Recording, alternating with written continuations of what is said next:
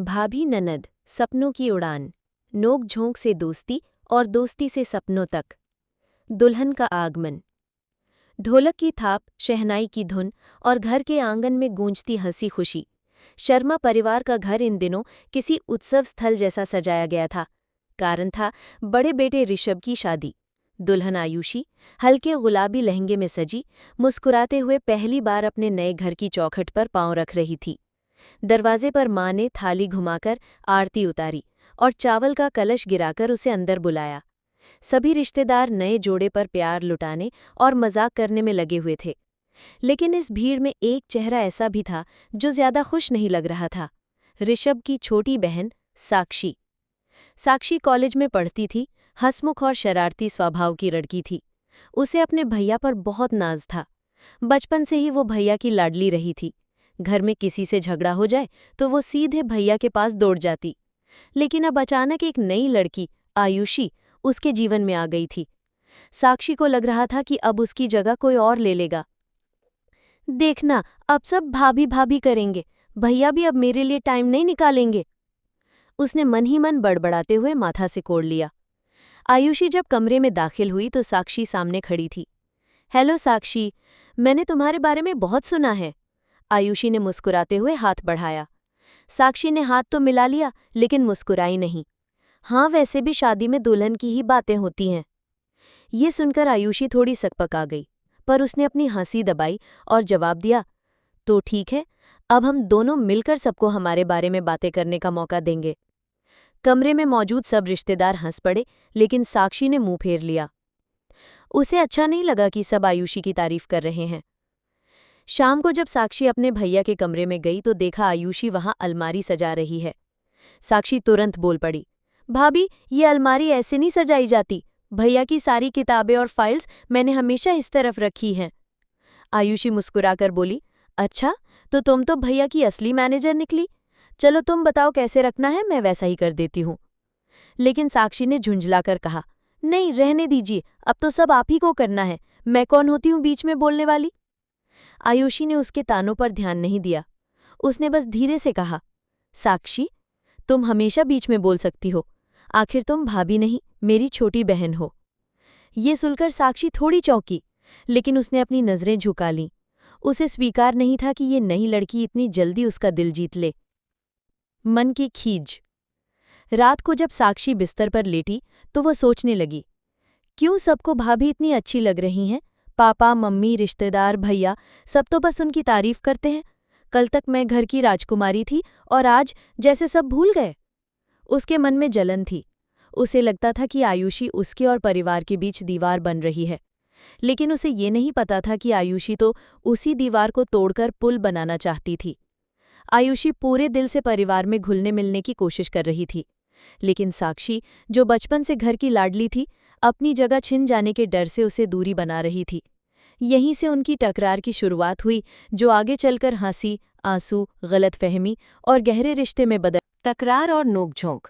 शादी को 2 हफ्ते बीत चुके थे। घर का माहौल अब धीरे धीरे सामान्य होने लगा था। मेहमान लौट चुके थे, कामकाज वापस पहले जैसा हो रहा था। लेकिन एक चीज अब भी नई थी, घर में आयुषी का होना। आयुषी ने अपनी मुस्कान और सरल स्वभाव से माँ पापा का दिल जीत लिया था।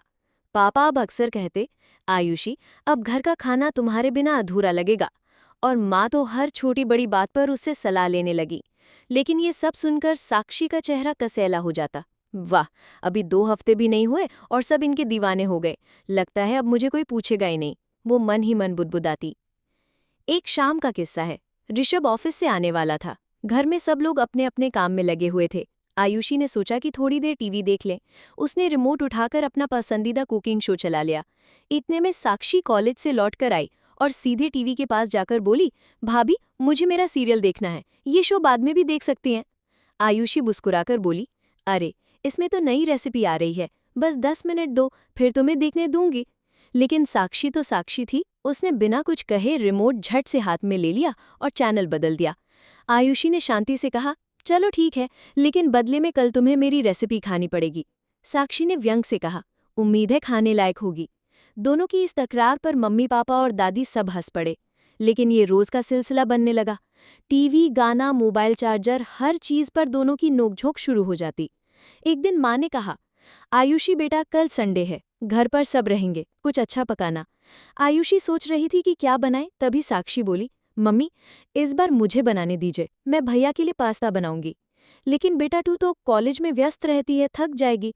कोई बात नहीं मम्मी, मैं आयुषी को भी दिखा दूंगी कि भैया को क्या पसंद है। आयुषी ने मुस्कुराते हुए कहा, वाह, तो कल हम दोनों मिलकर बनाएंगे, तुम पास्ता बनाना, मैं मिठाई बना लूंगी। अगले दिन किचन में दोनों साथ थीं। भाभी पास्ता ऐसे नहीं उबाला जाता, आप तो सब गड़बड़ कर देती। अच्छा, और मिठाई का सिरप इतना पतला होगा तो पास्ता मीठा हो जाएगा क्या? दोनों एक दूसरे को टोकती रहीं। आखिरकार खाना बना और सबने खूब तारीफ थी। पापा बोले, आज तो घर में होटल जैसा खाना बना है। आयुषी और साक्षी दोनों ने चुपचाप एक दूसरे की ओर देखा। मन ही मन दोनों को खुशी हुई कि सबने उनकी मेहनत सराही, लेकिन मुंह से कोई कुछ नहीं बोला। साक्षी को फैशन का बहुत शौक था। वो रोज नए नए कपड़े और हेयर स्टाइल आजमाती थी।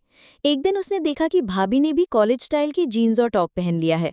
भाभी, ये क्या? आप तो बहुओं जैसी साड़ी सलवार में अच्छी लगती हैं, ये जीन्स टॉप आप पर सूट नहीं करता। आयुषी ने हंसते हुए कहा, अरे कभी कभी बदलाव अच्छा होता है, वैसे तुम भी साड़ी पहनकर देखना, कितनी सुंदर लगोगी। साक्षी ने तुरंत मुंह बनाया, नहीं नहीं, मैं तो अभी मॉडर्न हूँ, आपकी तरह भाभी वाली नहीं। दोनों खेल खिलाकर हंस पड़ी। घर के बाकी सदस्य इन तकरारों को देखकर हंसते भी थे और कभी कभी परेशान भी हो जाते थे। माँ कहती, अरे तुम दोनों की लड़ाई खत्म नहीं होगी क्या? पापा मुस्कुराकर कहते, लड़ाई नहीं है, ये तो उनका प्यार जताने का तरीका है। ऋषभ अक्सर दोनों के बीच सैंडविच बन जाता। भैया आप बताइए, पास्ता अच्छा था या गुलाब जामुन? भैया आपको रेसिपी शो पसंद है या मेरा सीरियल? ऋषभ हंसते हंसते जवाब देता, दोनों बेस्ट हैं, मेरी बहन और मेरी पत्नी दोनों। हालांकि सबको ये नोकझोंक प्यारी लगती थी, लेकिन साक्षी के मन में अब भी जलन थी। उसे लगता था कि भाभी धीरे धीरे सबका दिल जीत रही है और उसकी अहमियत कम हो रही है। रात को अक्सर वो अकेले सोचती, भाभी कितनी भी हंसी खुशी क्यों ना रहे, मैं उन्हें दिल से स्वीकार नहीं करूंगी। ये मेरा घर है, मेरी दुनिया है, भैया सिर्फ मेरे थे और रहेंगे। उसे अंदाजा भी नहीं था कि ये तकरार आने वाले दिनों में उसे बहुत कुछ सिखाने वाली है। भाभी और ननद के बीच नोकझोंक अब रोज की आदत बन चुकी थी। कभी टीवी, कभी किचन, कभी फैशन, हर चीज पर तकरार। परिवार इसे हंसी में लेता था, लेकिन अंदर ही अंदर साक्षी का मन भाभी के प्रति कड़वाहट से भर रहा था। पहला बड़ा टकराव। शादी को 1 महीना बीत चुका था। घर अब पहले जैसा सामान्य हो गया था, लेकिन भाभी और ननद की नोकझोंक बदस्तूर जारी थी। महीने का पहला रविवार था। उसी दिन पापा की बहन और कई रिश्तेदार घर आने वाले थे। घर में छोटे सा गेट टुगेदर रखा गया था। माँ ने सुबह सबको बुलाकर कहा, देखो बेटा, आज घर में मेहमान आ रहे हैं, सब मिलकर काम करेंगे। सजावट से लेकर खाने तक सबकी जिम्मेदारी बांटनी है। ये सुनकर साक्षी तुरंत बोली, मम्मी सजावट की जिम्मेदारी मुझे दे दीजिए, आखिर मैं आर्ट्स कॉलेज में पढ़ती हूँ, मुझे ये सब आता है। माँ कुछ कह पाती, उससे पहले आयुषी बोली, ठीक है, पर मम्मी ने कहा था ना कि सब मिलकर काम करेंगे, तो क्यों ना मैं भी तुम्हारे साथ मदद करूं? माँ ने मुस्कुराकर कहा, हाँ बेटा बिल्कुल, आयुषी भी मदद करेगी। वैसे सजावट का प्लान तुम दोनों मिलकर बनाओ। ये सुनते ही साक्षी का चेहरा उतर गया। मतलब फिर से सब मेरी भाभी के हिसाब से ही होगा, उसने मन ही मन सोचा। दोपहर में दोनों काम पर लग गईं। साक्षी, मैं सोच रही थी कि ड्राइंग रूम में पीले और नारंगी रंग की झूमर लाइट्स लगाएं, इससे माहौल और भी रोशन लगेगा। आयुषी ने सुझाव दिया। नहीं नहीं, ये तो बहुत चटक लगेंगी, मैं तो ब्लू और वाइट थीम सोच रही थी, सॉफ्ट और मॉडर्न लगेगा। साक्षी ने झट से कहा, लेकिन मेहमान ज्यादातर बड़े लोग हैं, उन्हें चटक रंग पसंद आते हैं। भाभी आप प्लीज, आप अभी आई हैं, आपको पता नहीं कि हमारे घर में हमेशा वाइट थीम लगती है। दोनों में बहस होने लगी। माँ ने बीच बचाव किया, अरे झगड़ो मत, जो अच्छा लगे मिलजुल कर लो। लेकिन मिलजुल कर करना साक्षी को मंजूर नहीं था। उसने मन ही मन ठान लिया था कि आज भाभी को नीचा दिखाकर ही दम लेगी। शाम तक घर सज चुका था। अंत में ब्लू, वाइट और पीले नारंगी का मिक्स मैच कर दिया गया। घर सुंदर तो लग रहा था, लेकिन साक्षी को संतोष नहीं था। रिश्तेदार आने लगे, सबने सजावट की तारीफ की। वाह कितना सुंदर सजाया है, लगता है किसी डेकोरेटर को बुलाया है। माँ मुस्कुराकर बोली, नहीं, हमारी बहू आयुषी और बेटी साक्षी ने मिलकर किया है। लेकिन सबकी नज़र आयुषी पर ज्यादा थी। बहुत हुनर है बहू में, बहुत सलीका है। ऐसे शब्द सुनकर साक्षी का मन जल उठा। रात का खाना परोसने का समय था। मेहमानों के लिए खास थाली बनाई गई थी। आयुषी ने बड़े प्यार से सभी को खाना परोसा। साक्षी को लगा कि सब आयुषी की तारीफ करेंगे और उसकी कोई परवाह नहीं करेगा। उसने चुपचाप जाकर ड्राइंग रूम की एक साइड लाइट बंद कर दी, जिससे थोड़ा अंधेरा हो गया। फिर किचन में जाकर नमक की डिब्बी उठा ली और करी में थोड़ा ज्यादा डाल दिया। उसने सोचा, अब देखती हूँ भाभी की तारीफ कैसे होती है। लेकिन जैसे ही खाना मेहमानों के सामने आया, सब चकित रह गए। अरे वाह, कितना स्वादिष्ट खाना है, एक चाची जी बोली। नमक भी बिल्कुल बैलेंस्ड है। बहुत दिनों बाद इतना अच्छा स्वाद चखा, दूसरे अंकल ने कहा। आयुषी ने तुरंत कहा, असल में साक्षी ने मेरी मदद की थी, उसने ही मुझे बताया था कि नमक कितना डालना है। साक्षी सकपका गई। उसने तो जानबूझकर नमक ज्यादा डाला था, लेकिन शायद आयुषी ने उसकी बात ठीक कर लिया होगा। सबके सामने उसकी पोल न खुल जाए, इसलिए उसने मुस्कुराकर सिर हिला दिया। डिनर के बाद जब मेहमान जा चुके थे, साक्षी भड़क गई। भाभी, आपको क्या जरूरत थी सबके सामने मेरा नाम लेने की, जैसे मैंने मदद की हो। सबको लगता होगा मैं आपकी चापलूसी करती हूँ। आयुषी ने शांत स्वर में कहा, अरे मैंने तो सोचा कि तुम्हें क्रेडिट देकर तुम खुश हो जाओगी। मैंने कभी नहीं चाहा कि तुम्हें बुरा लगे। खुश? मैं? कभी नहीं। आप चाहे जितना भी कर लें, मैं आपकी अपनी जगह लेने नहीं दूंगी। ये मेरा घर है, मेरा परिवार है। आप यहाँ नई हैं, बस नई ही रहिए।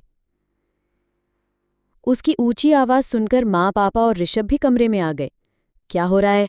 पापा ने सख्ती से पूछा। पापा, आप सबको अब सिर्फ भाभी ही दिखती हैं। मैं इस घर में कोई मायने नहीं रखती। सब हैरान रह गए। माहौल भारी हो गया। आयुषी ने कुछ नहीं कहा। उसने बस धीरे से कहा, साक्षी, मैं कभी तुम्हारी जगह लेना ही नहीं चाहती। मैं तो तुम्हारी बहन बनना चाहती हूँ, लेकिन शायद अभी वक्त चाहिए। ये कहकर वो अपने कमरे में चली गई। घर में सन्नाटा छा गया। ये पहला मौका था जब भाभी ननद की छोटी सी नोकझोंक एक बड़े टकराव में बदल गई थी। अब परिवार को समझ आ गया कि साक्षी के मन में भाभी के लिए जलन है, और आयुषी ने पहली बार महसूस किया कि ये रिश्ता आसान नहीं होगा।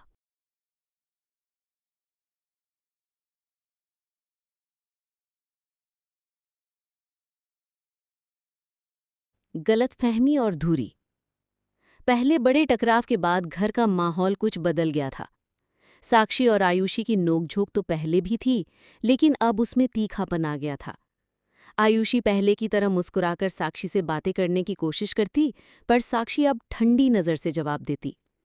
टीवी के रिमोट पर झगड़ा हो तो पहले हंसी मजाक में खत्म हो जाता था, अब साक्षी गुस्से से कमरे से उठकर चली जाती।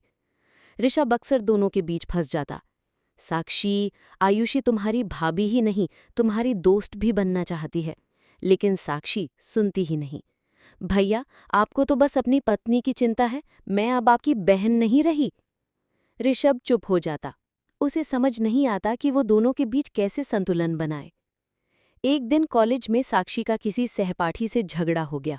वो रोते हुए घर लौटी और सीधे अपने कमरे में जा बैठी। आयुषी को जब पता चला तो वो चुपचाप उसके कमरे में गई। साक्षी, क्या हुआ? तुम इतनी उदास क्यों हो? कुछ नहीं, आप क्यों परवाह करती हैं? ये मेरा मामला है।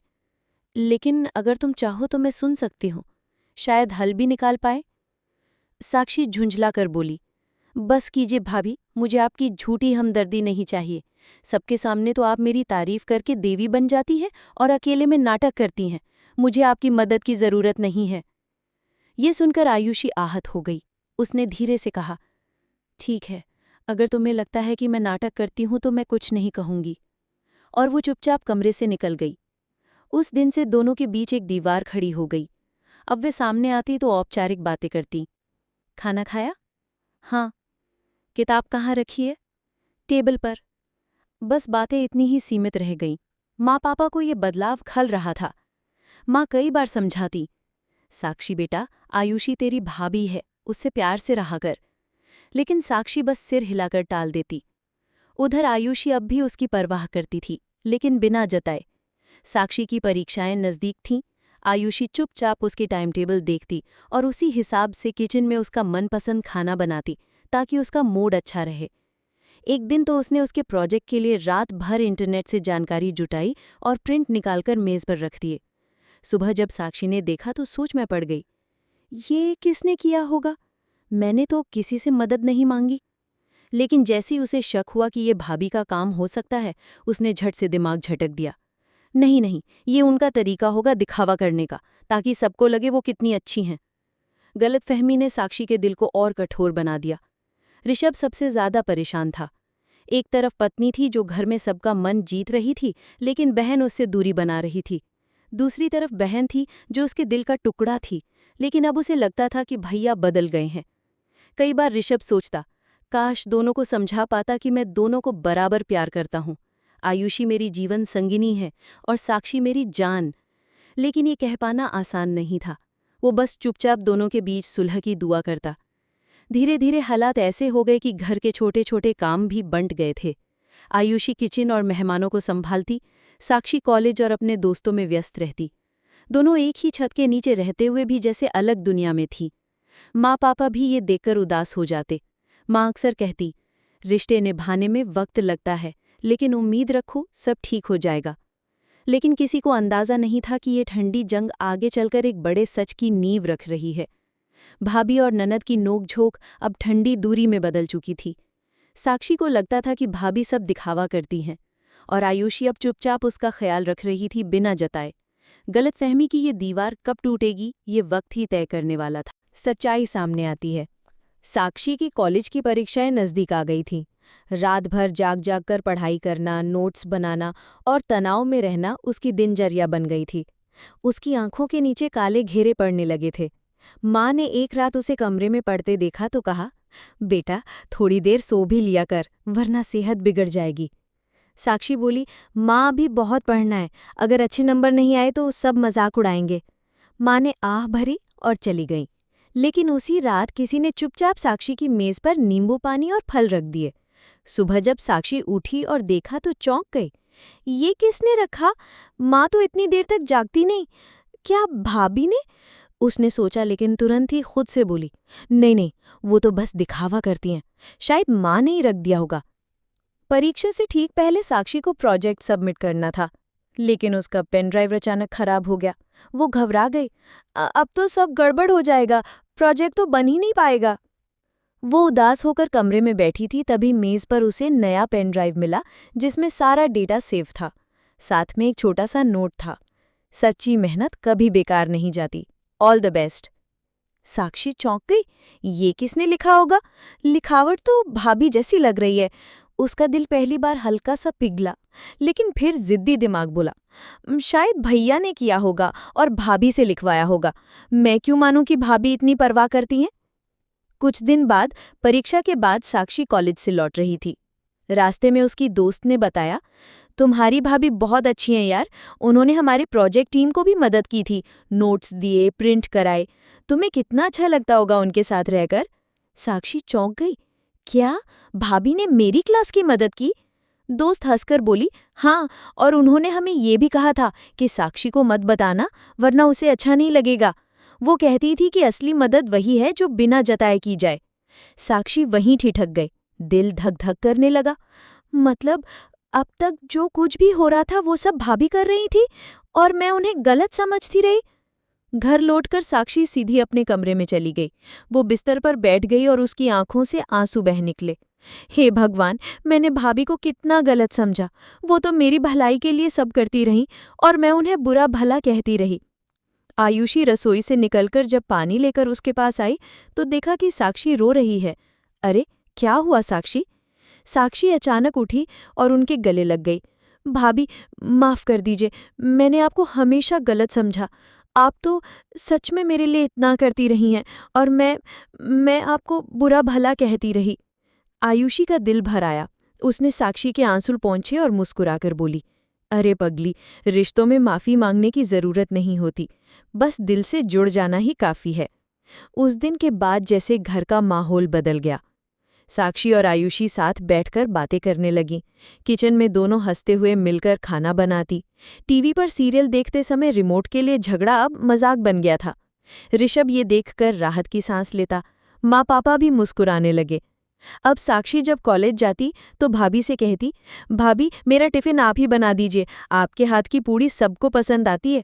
और आयुषी हंसकर कहती, बस बस, अब ज्यादा तारीफ मत कर, नहीं तो मैं घमंडी हो जाऊंगी। साक्षी को सच्चाई का एहसास हो गया कि भाभी हमेशा उसकी परवाह करती थीं। अब दोनों के बीच की दीवार गिर चुकी थी और एक नया रिश्ता जन्म ले रहा था। भाभी ननद से बढ़कर अब वे सच्ची सहेलियां बनने लगी थीं। घर की नई शुरुआत। अब घर का माहौल बिल्कुल बदल चुका था। जहां पहले भाभी और ननद में तकरार और खींचतान होती थी, वहीं अब हर सुबह हंसी खुशी से शुरू होने लगी। आयुषी सुबह उठकर रसोई में काम करती तो साक्षी भी चुपके से आ जाती। भाभी, आज चाय मैं बनाऊंगी। आयुषी हंसकर कहती, अरे पहले नमक और चीनी तो पहचानना सीख ले, फिर चाय बना लेना। दोनों खिलखिलाकर हंस पड़ती। माँ ये देखकर गदगद हो जाती। लगता है मेरी दोनों बेटियां अब सच में एक दूसरे के बिना अधूरी हैं। साक्षी जब कॉलेज गई तो उसकी सहेलियों ने उसे छेड़ा, अरे अब तो तू अपनी भाभी के बिना कहीं जाती ही नहीं, क्या बात है, बहुत प्यार बढ़ गया है। साक्षी मुस्कुराई, हाँ अब तो भाभी मेरी सच्ची दोस्त है, वो मेरी ताकत है। ये सुनकर उसकी दोस्त बोली, भाग्यशाली है तू, वरना अक्सर भाभी ननद में झगड़े ही सुनने को मिलते हैं। साक्षी ने गर्व से कहा, क्योंकि मेरी भाभी अलग है, वो दिल जीतना जानती हैं। कुछ ही दिनों में रक्षाबंधन का त्योहार आ गया। पूरे घर में रौनक छा गई। साक्षी सुबह से ही राखियां सजाने लगी, लेकिन इस बार उसने चुपके से एक खास राखी तैयार की, आयुषी के लिए। उसने कहा, भाभी ये राखी मैं आपको बांधना चाहती हूँ। सब हैरान रह गए। आयुषी मुस्कुरा दी, अरे राखी तो बहनें भाइयों को बांधती हैं, मुझे क्यों? साक्षी ने प्यार से कहा, क्योंकि आप सिर्फ भाभी नहीं, मेरी सच्ची बहन भी हैं, और बहन को भी तो राखी बांधी जा सकती है। आयुषी की आंखें नम हो गई। ऋषभ ने ये देखकर कहा, अब तो मुझे जलन होने लगी है, मेरी बहन मुझसे ज्यादा अपनी भाभी की हो गई है। सब हंस पड़े। एक दिन पड़ोस की आंटी ने साक्षी से कहा, अरे बेटा, भाभियां और नंदे कहाँ मिलकर रहती हैं, हमेशा तो झगड़े होते हैं, ये सब दिखावा है। साक्षी तुनक कर बोली, नहीं आंटी, आप गलत कह रही हैं, मेरी भाभी ने मुझे हमेशा सहारा दिया है, अगर वो ना होती तो मैं बहुत अकेली रह जाती। आयुषी वहीं खड़ी थी। उन्होंने देखा कि साक्षी कितने गर्व से उनका पक्ष ले रही है। उस पल उनका रिश्ता और गहरा हो गया। कुछ ही दिनों बाद घर में ऋषभ और आयुषी की शादी की सालगिरह आई। साक्षी ने पूरा प्लान बनाया। सजावट से लेकर केक ऑर्डर तक सब उसने ही संभाला। रात को जब सरप्राइज पार्टी हुई तो ऋषभ और आयुषी भावुक हो गए। साक्षी ने सबके सामने कहा, आज मैं अपनी भाभी का शुक्रिया अदा करना चाहती हूँ। उन्होंने मुझे सिखाया कि परिवार में प्यार और समझदारी से हर रिश्ता खास बन सकता है। माँ पापा ने दोनों को आशीर्वाद दिया। हमारी बहुएं और बेटियां ही इस घर की असली रौनक हैं।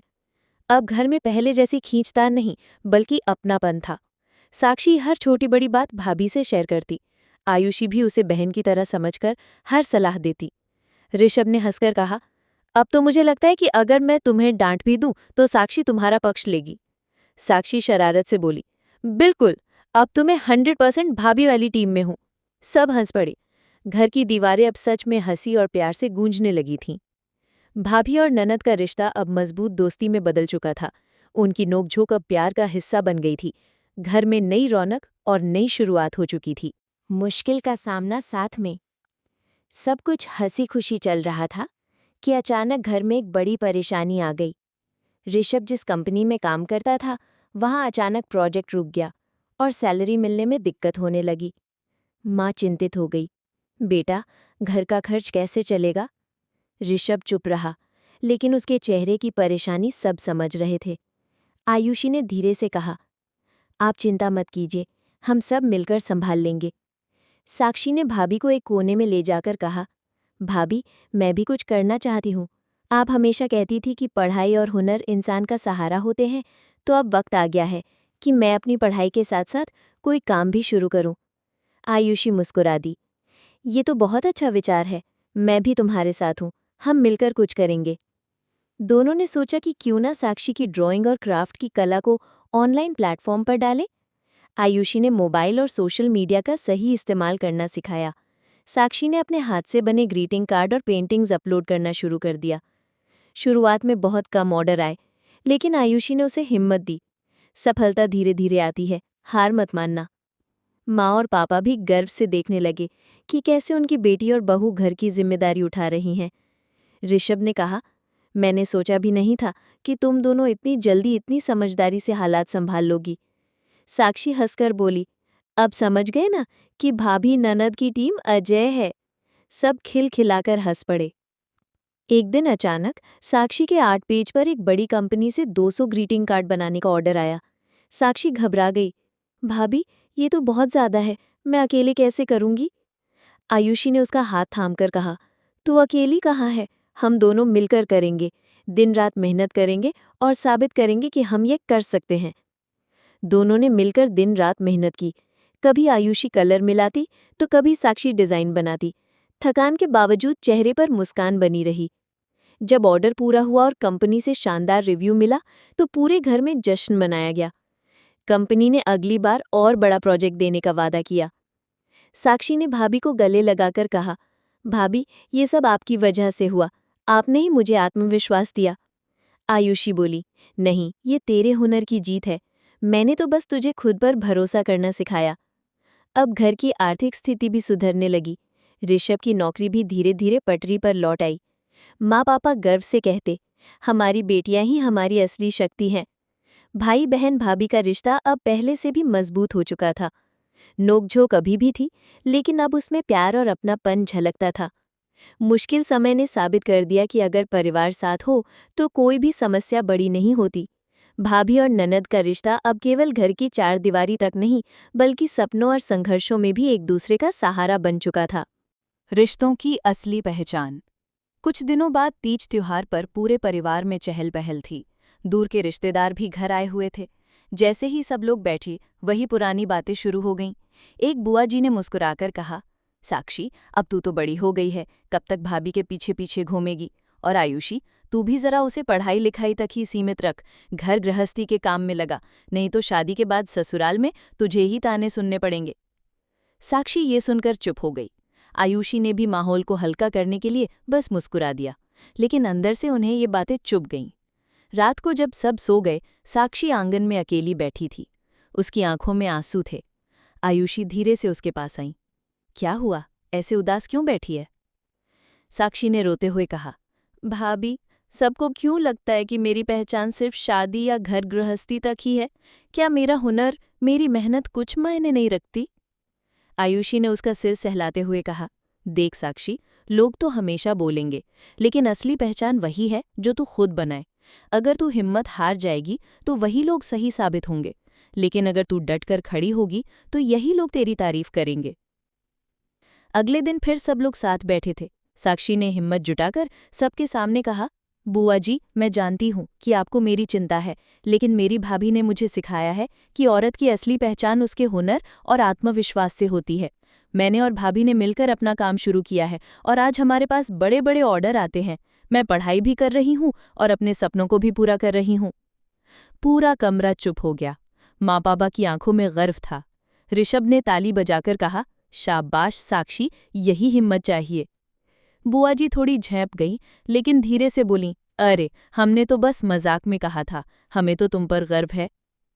कुछ ही हफ्तों बाद मोहल्ले में महिला मेले का आयोजन हुआ। आयुषी और साक्षी ने मिलकर वहां अपनी बनाई हुई पेंटिंग्स और क्राफ्ट का स्टॉल लगाया।